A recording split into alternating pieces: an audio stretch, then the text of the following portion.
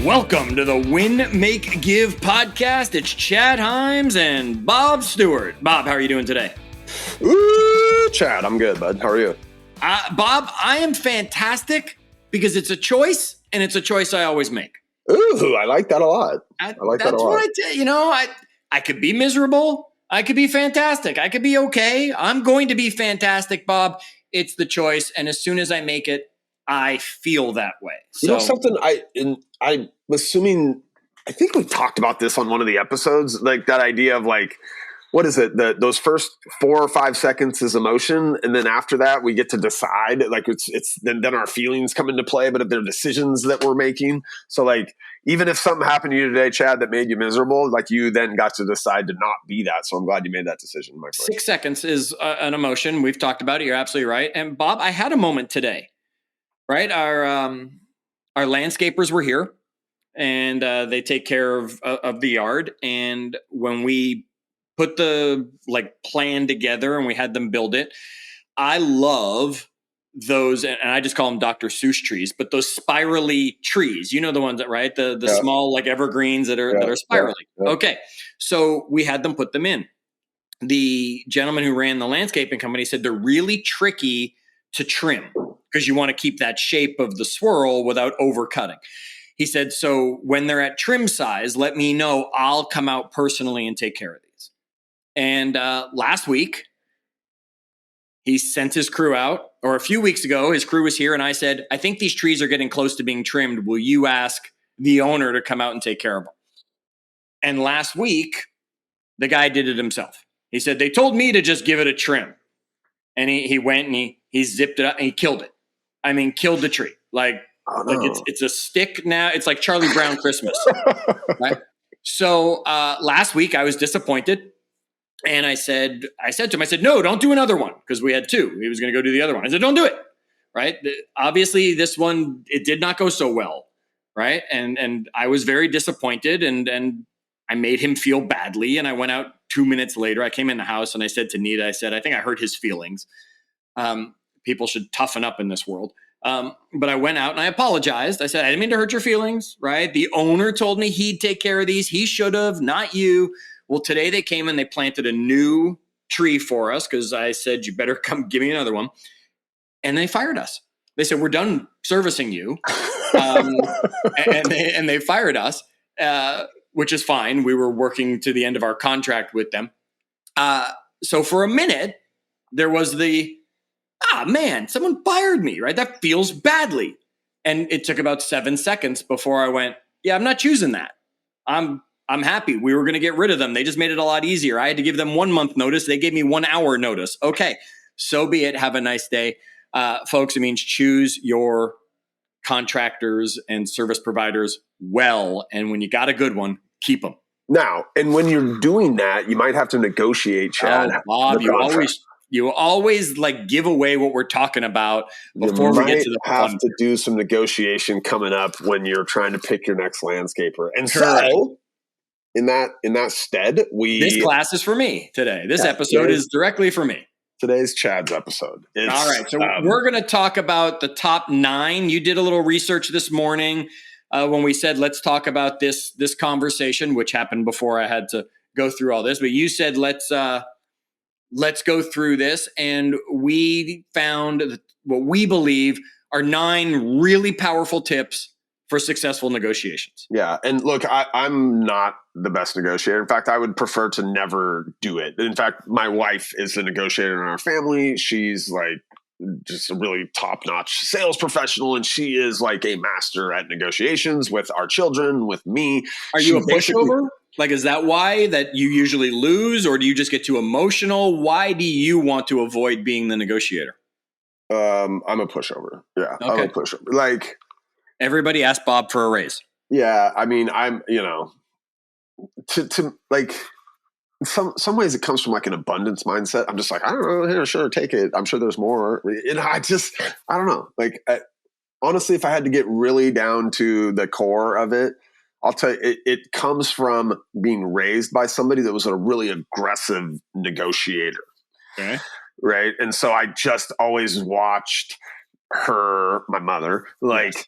We all figured like you were talking about mom. just like dominate negotiations. And it made me think like, oh, wow, I don't want to dominate things like that. So I'm just a little bit, I don't know. It gives me anxiety, to be quite honest. Okay. Now we know more things about Bob, folks. And let's talk negotiation. Bob, let's help me get ready for my next negotiation with the next landscaper. I think I see Nita out my window actually taking somebody into the backyard to get a quote. And let's help you get over some of that anxiety. Here's the thing, Bob. When it comes to negotiating, step one is always going to be step one. It's always going to be step one. I'm not saying these are in order, yet this one is absolutely in order. Doesn't matter how many sites we looked at, how much research we did. You have to ask for what you want, and you can't be afraid to do so. Yeah. I mean, I think this is a big one. Some of the stuff we were looking at was talking about just this idea that like certain people have a negotiator mindset, Chad. Like from the outset, they understand. I would say Ben is one of these. My wife is one of these. My mother is one of these, right? They just understand that everything's up for negotiation. Everything. I mean, literally everything can be up for negotiation. Bob, that hat is, I could probably get you to give me the hat in part of the negotiation. That might be the deal breaker. Yeah. Yeah. So just everything's up for negotiation. And once you adopt that mindset, which again, I don't think many people move through life with that mindset, right? But once you adopt that mindset, then you're already like ahead of the game, right? Because you're once you have that mindset, then you're much more likely or willing to ask for the thing you want because you realize it's even something you can do. Right. Absolutely. Right. You don't have to be pushy to do it. Yeah. Right. When it comes to negotiation. Yet here's the thing we understand about negotiations. There's always one extreme and the other extreme. There's your extreme, Bob. There's my extreme as you and I would negotiate. And there's always going to be we're going to meet somewhere in the middle. Now, it might be a little more to your side or a little more to my side, whatever it comes down to. Yet here's the thing. You might as well ask for what you want, because some of those things are coming off the list anyway, right? And you know you're not going to get them. So if you can ask for everything, now you're in a position to say, I'm willing to give that one up. Like, Bob, you can keep your hat. Yeah. Look, as a part of that, I think is this idea, and like, again, I think back to Ben, I think back to my wife's really good at this, is the idea of like, the willingness to challenge the assertions that other person is making, Chad. Yes. Right? And this could even be a 1A or something, but it's that idea that like, just because they told you that's the deal, like you don't have to take that at face value, right? You could push back on that. You could ask probing questions. Ben's a master at that. Like you tell him something, if he's not quite doesn't quite square up in his head, he's more than willing to ask you a series of clarifying questions around that thing, kind of challenging that assumption that you've put forward. Yes, you're absolutely right for it. Right. Make sure that you are asking for what you want, because if you're not clear on what you want, the negotiation doesn't matter. Yeah. Because you're not going to end up anywhere near where you wanted because you didn't ask for what you wanted clearly. You want a raise? Don't go in there and start asking for the raise. You're looking to purchase a vehicle, make the negotiation very clear so people know what it is you want. Don't be afraid to ask. All right, Bob, I think the next one that you have on the list, it's almost logical. Again, these aren't steps. Yet it's almost logical that if we're going to start and we're going to ask for what we want, that we've got to do this next thing you put on the list, which is shut up and listen. Like, I think that like if you just took a random person off the street that had zero life experience, right, and said, hey, like convince this other person, like you're in a negotiation, convince them to take your deal, right? Most people are going to spend 90% of the time talking, right, Chad? Like, okay, here's why I think, here's why you should listen to me, here's why my idea is the best idea. But the reality is most great negotiators are only speaking somewhere in the neighborhood of 30% of the time, Chad. Yes. Like, Ben is a master at this. Like, you go in trying to get something out of him, and he doesn't spend much time talking. There's a lot more listening, a lot of his short little probing questions that end up with you giving up a lot of the information. I mean, ultimately, great negotiators understand the more data points they have, the more information that you're willing to give up to them, the more leverage they have in their negotiation. And so, great questions, and then literally just shutting up and listening. And we talk about this in a variety of different ways, but when you ask somebody a question, again, Ben's a master. My wife is like really, really good at this. You just ask a question and then just shut up. Right? He does a really good job of it. You see, Bob, there's two people in every conversation. I know I've mentioned this on podcast episodes in the past. Our audience might know this. They might have not heard me say it before. There's two people in every conversation. There's the dominator and there's the controller, right? The dominator is the one who talks the most. The controller is the one who actually controls the conversation. So you might go in to talk with Ben, using him again in our example, and anybody who's had a negotiation with Ben, and that doesn't have to be a big thing. It could be just getting him to come into the podcast studio to record with us, right? That you can be sure he's going to become the controller of that. He's going to talk a lot less than the dominator. The dominator talks. Now, here's the thing to remember. The most pleasant sound to every human on earth is the sound of their own voice. So the more you shut up and listen, the more they're talking. The more they're talking, the more they like you, because they keep hearing their own voice. So there's something about you that they start to like. Yeah. I mean, that's like, there's little tactics, and we've brought him up before, but like Ben, he always like, unless it was, us trying to get him to come into the podcast room, but you would never find him in a negotiation without a pen and a piece of paper, generally a Sharpie, where he's like using that thing to control, because he's taking notes. Yes. Right. It slows you down to the point where you're really having to listen, because you're actually writing down some of the things that they're saying, not word for word by any means. Right. But that just taking notes can be a really great kind of crutch to help you listen more effectively. Absolutely. That's a great one. And it's one he uses as a really, really powerful tool. Bob, the shut up and listen is a good one. Yet I'm also going to lead that into the next thing that we have here, which is, being prepared, doing your homework. Yeah. Showing up with some data points that are going to help you get to your end. I mean, I give you credit. You do a great job of this. People might not realize it. When we do a podcast episode, or you're doing some sort of training with a group directly, you do a little research. You'll go and you'll Facebook stalk them, or you'll Google them and see what comes up. You'll even wear a hat specific to them, right, to help them feel at ease, comfortable, to connect with you.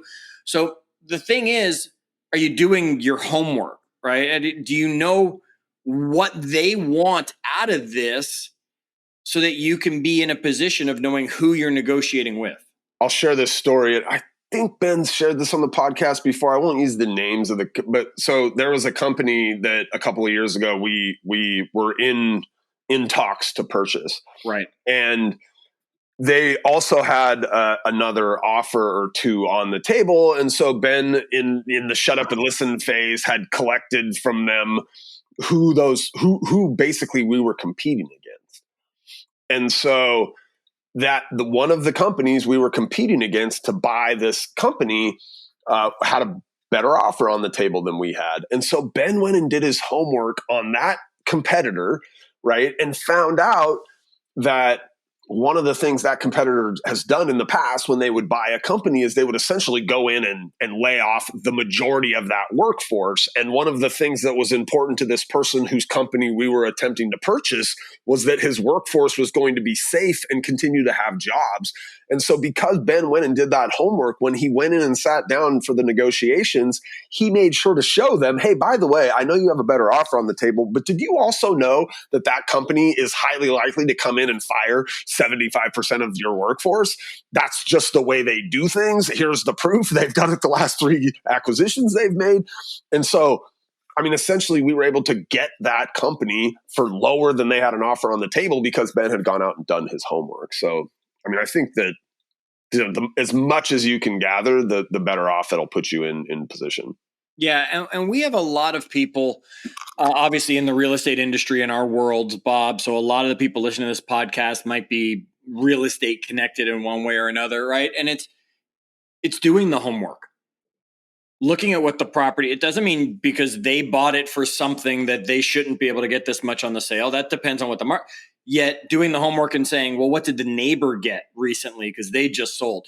It's doing the homework as best you can of who are these people, right? Do I know why they're going? Are they needing the money, or are they just wanting a change, or are they needing to grow or shrink, or is there some, right? If you can do some of the homework and find out, it strengthens your negotiation position. When we went, folks, do it. When we went into the last time we purchased a car, we don't buy new cars, we buy used cars.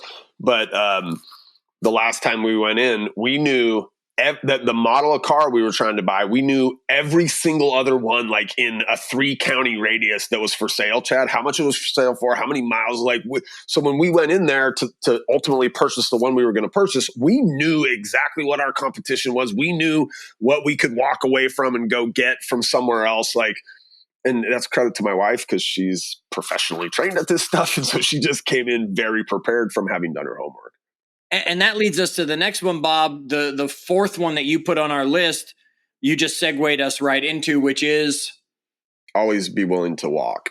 Yeah, right. And you just said it. You knew you could walk away. When I bought my last truck, I had gone to 2 different dealerships, and I was willing to walk away from both of them, much less walk away from one when he was like, I won't budge on the price. I was like, look, the guy across town, he's giving it to me for $1,000 less. And that doesn't sound like much, but that's what it is. And the guy said, no. I said, okay, I'm walking. Right. And you're waiting for them to do the don't go. Right. I just walked right out the door. I mean, you always have to look, if you're in a position where there's literally no option B, like you're going to struggle to negotiate there. Right. Because you've already lost. You already in the back of your head have this thing that's like, I got to get a deal done here. Like, there's no other options. So, look, in a perfect world, you're stepping into negotiations with another option, which gives you then the ability to potentially walk away. Yeah, we were just looking at a property, Nita and I, to purchase a property, and it was almost perfect, right? Location is what we wanted. Price was what we were willing to pay, right? It was completely renovated. It was in good condition. It was going to give us exactly what we wanted. Yet the whole time we were always willing to say and no, right? So when they came back with a counter offer, we gave them one last shot. We said, here it is. And we went back to them. We said, this is our offer again, basically, because we're willing to say it's this or we can walk away. That's how we got to Lake House. Right. We ended up at this offer, let's call it 450, and they had another offer above ours, and they actually came back to us and said, hey, we've got another offer. It's up here at 460. They didn't tell us what it was, but we kind of had an idea. And my wife just said no. Like, that's our offer. We're okay walking away. And we had to kind of get to the position where we were okay losing it over that, but we were. And I'll be darned if that didn't, it ended up the deal. They went with us, and there's a variety of other reasons, doing the homework and some other things, right? But an ability to walk away. That's okay. So folks, look, Bob had said, right, if you don't have a plan B, you're pretty much screwed going into any negotiation. Let's be clear. Plan B is walk away, right? and if you don't have that, you can have plan C and plan D and plan E and all those other plans. Yet plan B immediately should be, we'll walk away and just say no. And if that's not an option, don't even get into the negotiation in the first place, because that means you have to make something work, right? If you can't have the we'll just say no and walk away, you're going to end up losing in those negotiations one way or another. Yeah. I love this next one. Don't be in a hurry, Chad. I think just culturally in the U.S., we are, just a little bit faster paced, and but there is an idea that the person that has the most flexibility with time, it has an advantage in these situations. Yes. We recently here in our world closed on a company, and Ben had tried to buy them 3 years ago. And they wanted a certain amount, and he just first he had some options, and one of them being don't do anything, right? And so as he stepped away, but like in his head, they might have thought that like we've lost that buyer, but in his head, he was like, no, I could buy this again later potentially, right? Or maybe there's some other options of things I could buy. 3 years later, we end up buying that company for about 25% of what they wanted for it 3 years ago. And, he'd done enough homework. He kind of understood where they were trending towards and just said, you know what, we can actually wait on this and step back. And because he wasn't in a hurry, we end up getting a company, a couple of years later for 25% of what they had wanted 3 years prior. I will tell anybody listening, if Ben Kinney is on the other side of the negotiation table, understand that time is always going to be one of the weapons he is willing to use. He very rarely finds himself in a position where it's, I got to have this now, or that it's a race, so it becomes a multiple offer type situation. I mean, let's look at real estate, because everybody out there, whether you're in the industry or not, you understand this. When the market was moving quickly, sellers were getting ridiculous amounts of money, even more than they were asking, because buyers weren't willing to walk away. And then they ended up not having the time. They weren't willing there. The sellers had all that power that buyers were like, not only will I pay $400 for something worth $350, I'll pay $425 for it, right? And that's what happens to the market when supply and demand games start to play. It happens in every area. Real estate's just the one that then makes the headlines that we see. Folks, you've got to slow down. It is amazing. My eyes have been so open to this, Bob, since our trip to Italy, because everything was so different in Italy. They were so willing to just say, no, we'll wait. Right? We put an offer on a property out there, even we said, hey, maybe this will be an interesting investment to have, or an Airbnb over there or something. And we put our offer and the people were like, well, we're going to give it 3 weeks, see if we get some other offers. We're not in a rush. And we were like, every day we were chomping and we were sitting over here saying, okay, go offer them more. Okay, go offer them a little more. Go offer them a little more. And our agent was like, no, I'm not going to do that to you. I'm going to protect you. They're just playing the game. They have more time than you. Wait till they get to a point where they're like, we need this sold. Then they'll come down to where you wanted, sort of thing. And yeah, in America, it's always about instant gratification. It's amazing outside of this country how willing to slow down everybody really is, which makes a huge difference in negotiations, Bob. Yeah. All right. Number 6, focus on the other side's wants and needs. Yes. Not your own. My wife always calls them the pain points. Absolutely. She is trained in sniffing out what that pain point is on the other side and then kind of pushing on it a little bit, Chad, right? Yep. I think about like our sales team that sells one of our software products. There's a defined set of questions that we make them ask every prospect, but it is really designed to figure out what are this person's pain points, right? Because essentially, you're selling a software, it's a negotiation. Are they going to buy it or not? And how much are they going to pay for a setup fee and these different things, right? But the more you understand what that person's pain points are, the more that you can, put your solution towards those pain points. Yeah, you're absolutely right. And we know our pain points. Yeah. Right. And you've got to protect your pain points because the one who controls there, again, the one who knows the other person's pain points knows where to push to get the, okay, I give. Right. So it's, how can you figure that out? This is why. And in real estate, I remember when you would have buyers come to look at a house, you would always tell the sellers, go away.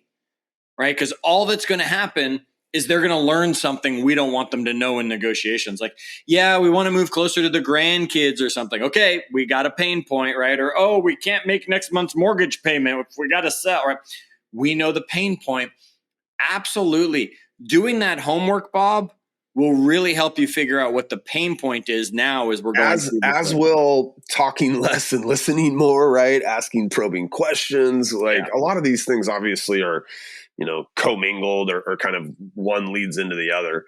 Sure does. And then almost on the flip side of it, like this would be what number are we at? 6. So this would be almost 6B, but you kind of have it on 7 on your list. And that's going to be show the other person how you're going to satisfy their needs, right? So once I know their pain point, now how can I almost show it and say, hey, I know you needed this. I'm going to make that happen for you. Oh, we know you needed to wait on clothes. Okay, I'm going to make that happen for you. Oh, we know you needed a new car. Okay, I'm going to make that happen for you. I know you came in here and your car was totaled in an accident, so you need a car. Let me show you how I'm going to meet your needs and satisfy you, because now you're more likely to agree to what I'm attempting to sell you. Yeah, I love you use the word satisfy. Like, in most negotiations, unless you're getting totally steamrolled, like not everybody's going to get everything they're demanding in that negotiation, but there's probably something, less than they're demanding that they would be satisfied by. Yep, absolutely. We'll all, if we're doing it right, as we said earlier, we're going to go in and ask for what we want, right? And we're going to do our best to put it all on the table. And we know we're never going to get it all. Now, I guess there could be the time where it works out that way. Yet, wow, that other person was really in a painful, desperate situation. Yeah. Odds are that's not most negotiations. We have to give and take. So here it comes. How do I show them how I'm giving so that they take less? There would probably like to maybe go hand in hand with that. And maybe this should have been up a little bit higher, but it's like, you're asking for what you want, but I think you also know what you're willing to accept. Yes. Right. And that what you're willing to accept line is probably where you end up having a willingness to walk away. Right. It's like, okay, I want all this. I'm willing to accept this, but man, if it goes below that, I'm willing to walk. Right. But so probably having a clear understanding, not just of what I'm asking for, but like, what am I actually willing to accept as well is super important. Yeah. Now, folks, we're talking about negotiations, and most people probably triggered negotiations with business deals or contracts or things like that. Bob, you negotiate with your boys all the time, or as you said, your wife negotiates with your boys. No, I'm willing to negotiate with my kids. Yeah. That one doesn't give me the same anxiety. I don't want to go to bed yet, right? I don't want to this. And you shared a story on one of our episodes about one of your boys didn't want to go to sleep because the next day was camp and he was really nervous about going to camp. So he figured if he just stayed up, tomorrow would really never come and he wouldn't have to go. And you were able to have that negotiation with him basically that said, wouldn't you prefer to go into it well rested? You showed him what his needs were and how they would be met if he would just go to sleep right now, which is what you wanted in the ultimate outcome. Yeah, for sure. All right. Okay. Problem is most kids are better than most grownups. And that's why they get you to read the book again. Number 8, as we go through our 9 steps here, was don't give anything away without getting something. Tell me more about that, Bob. Well, I mean, if you're making unilateral concessions, like that's weakening your position. Right. Right. Like if I'm out there giving something away without getting something back, eventually I'm going to get to the point where most of the things I wanted didn't happen. And I've given up a bunch of stuff, right? So make them work for it is what he's saying. Yeah. Yeah. Like if you want me to take that off the table, okay, fine. What are you going to put on the table? Right. Yeah. Think about, folks, we hear about all these athletes with their negotiations or celebrities with their negotiations or whatever it is. And it always ends up, right, when one of the big leagues is having the NFL is having a labor agreement, it's like, okay, the players want better concussion protocol testing and safety. And then the owners say, okay, we want one more game then every year so that we can make more money off that to be able to pay for all this stuff that you're going to want to protect your heads because you've determined that these are dangerous, right? And that's why we have one more game in the NFL season now, right? That was part of the last collective bargaining negotiation where it was players versus owners to make it all work.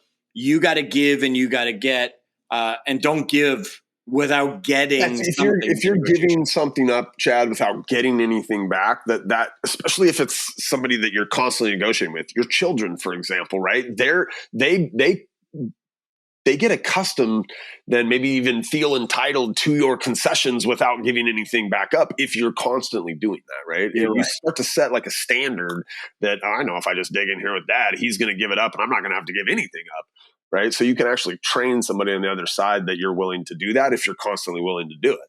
It's a great point, Bob. And folks, when we say if you're giving something up, you don't have to get something, it doesn't literally mean you have to get them to add something new. Maybe you have to get them to give something up they wanted, right? So now, okay, I will give up the 10 o'clock bedtime or whatever. You have to give up the fact that you get candy after 8 o'clock or whatever, right? In that kid's discussion.